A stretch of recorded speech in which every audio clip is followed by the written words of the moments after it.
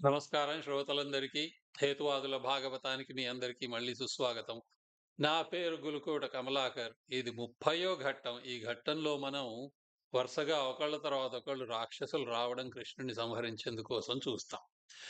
కృష్ణుడు బ్రతికున్నాడా? లేదా? ఎక్కడ ఉన్నాడు? అని పరిశోధించేందుకు కంసుడు తన మిత్రురాలైన పూతనను పంపాడు అని చెప్పుకున్నాం మనం పోయిన ఘట్టంలో.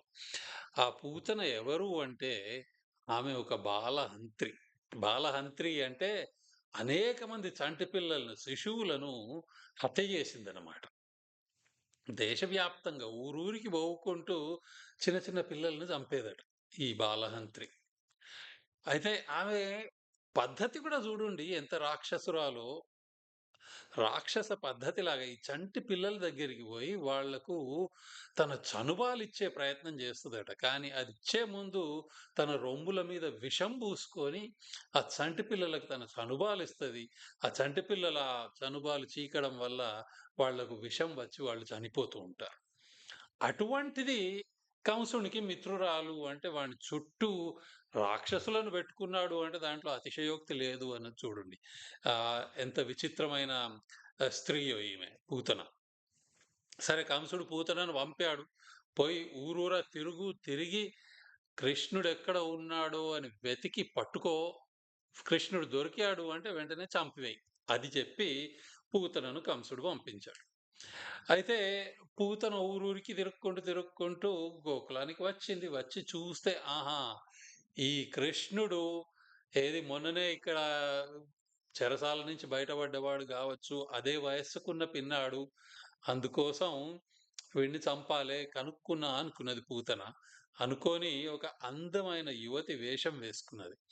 ఆ వేషం వేసుకొని కృష్ణుని దగ్గరికి వచ్చింది.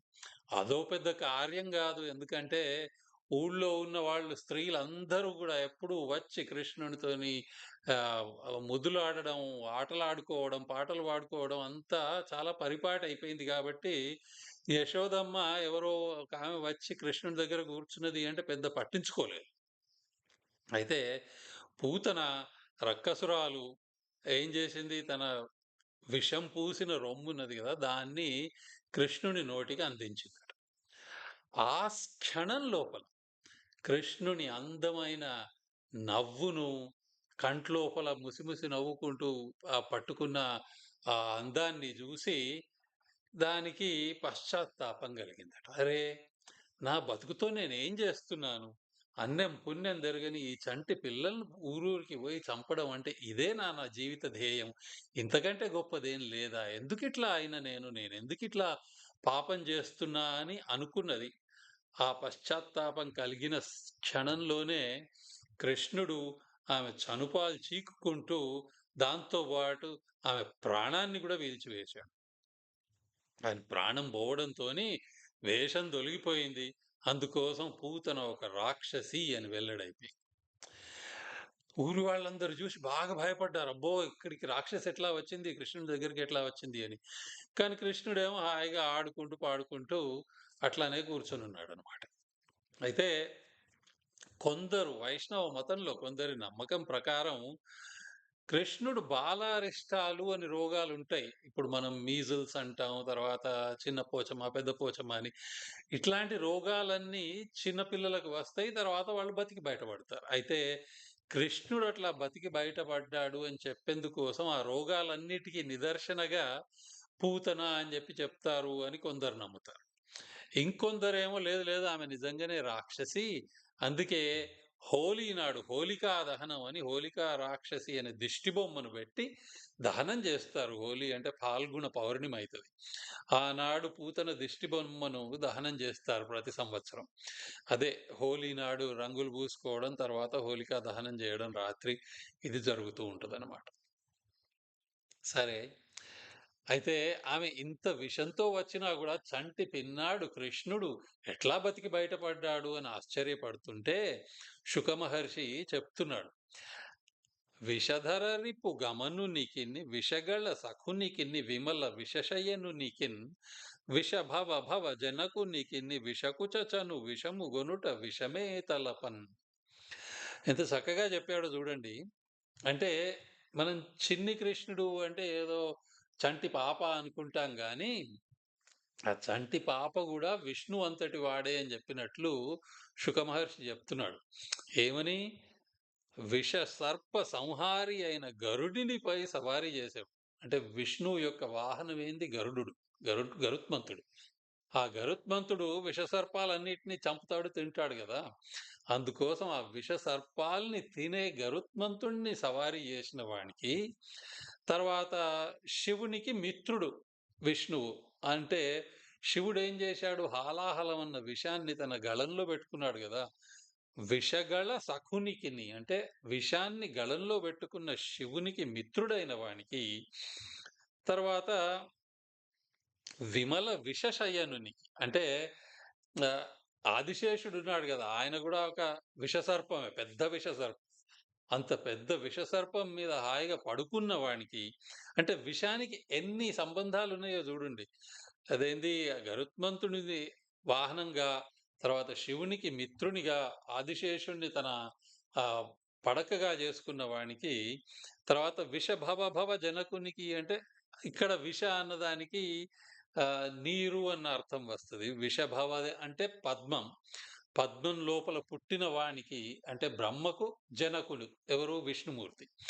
అయితే అటువంటి ఆయనకు ఇంత విషానికి ఇంత సంబంధం ఉన్న విష్ణుమూర్తికి ఒక రాక్షసి విషకుచ చను విషము ఇస్తే దాన్ని పెద్ద తట్టుకోవడం లోపల పెద్ద ఆశ్చర్యమేమున్నది అని ఆయన చెప్తున్నాడు.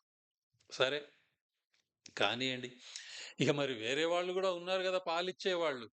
వాళ్ళ సంగతేంది అంటే, ఇట్లా అందంగా జెప్తున్నారు.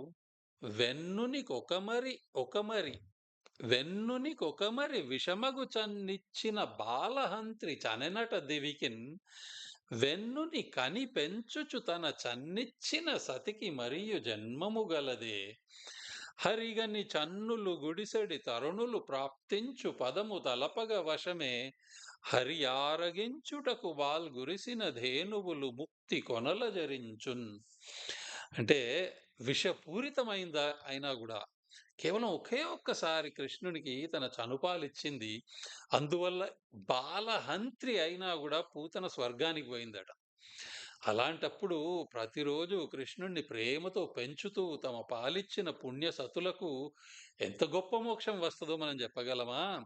అదే విధంగా కృష్ణుడు తాగేందుకు పాలిచ్చిన ఆవులున్నాయి గదా! వాటికి గూడా మోక్షం పొందుతాయి అని జెప్పి శుక మహర్షి పరీక్షిత్ మహారాజుకి చెప్తున్నాడు.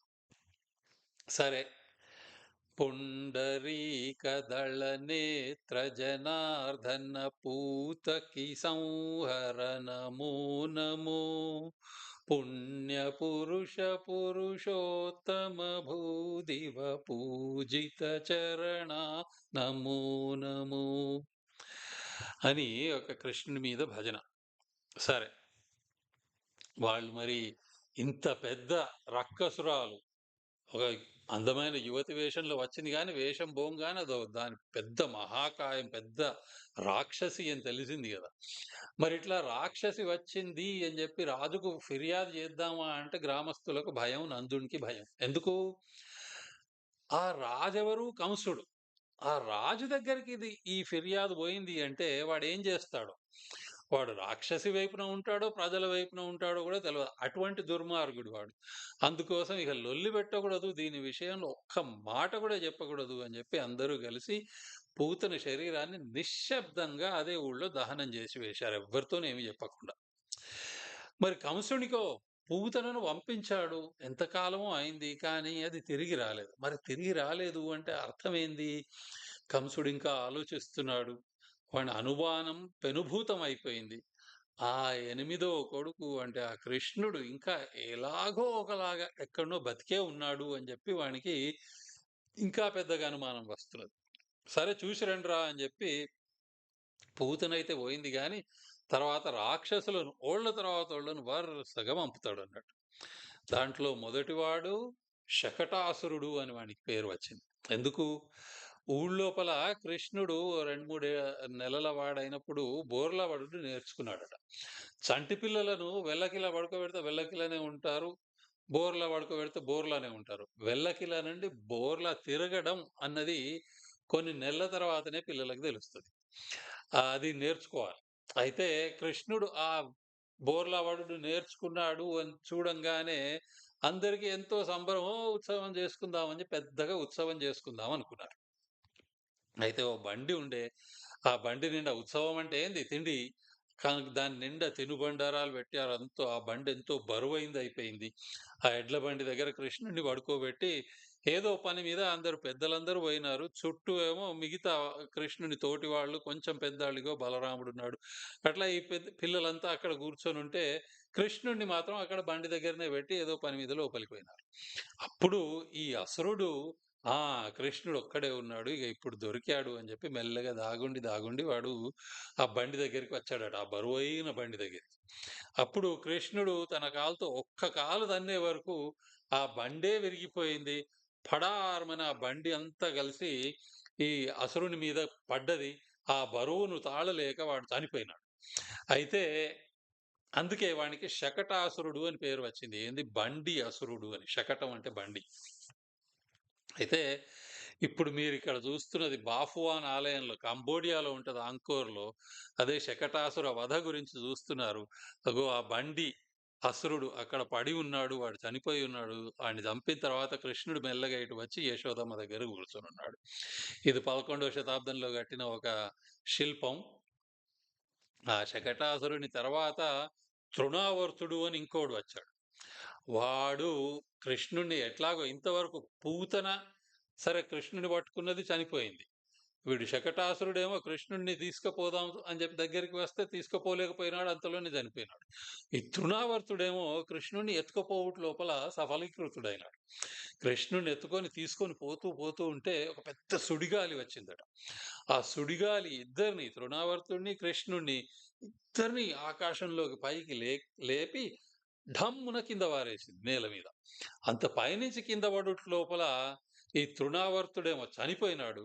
కానీ కృష్ణుడేమో తృణావర్తుడి మీద పడ్డాడు గాబట్టి, కృష్ణుడు క్షేమంగా బ్రతికి బయటపడ్డాడట. అయితే మరి ఎట్లా అయిందిట్లా అంటే, శుక మహర్షి మళ్ళీ జెప్తున్నాడు. రక్షణము లేక సాధుడు రక్షితుడగు సమత జేసి రాయుడులందున్ రక్షణములు వేయగలిగిన శిక్షితుడగు ఖలుడు పాప చిత్తుండగుటన్ అంటున్నాడు.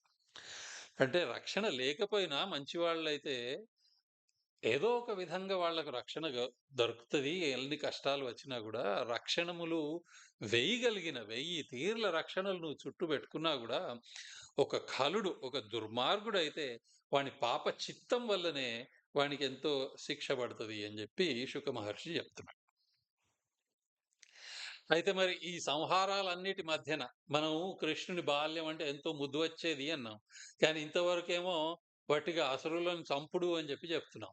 నేను ఏం చెప్తున్నా అంటే ఆ సంహారాలన్నిటి మధ్యన కృష్ణుడు అల్లారు ముద్దుగా పెరుగుతున్నాడు. ఒక అల్లరి పిల్లాడుగా ఎదుగుతున్నాడు.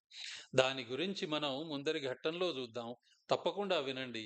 ఇంతవరకు విన్నందుకు ఎంతో ధన్యవాదాలు. నమస్కారం.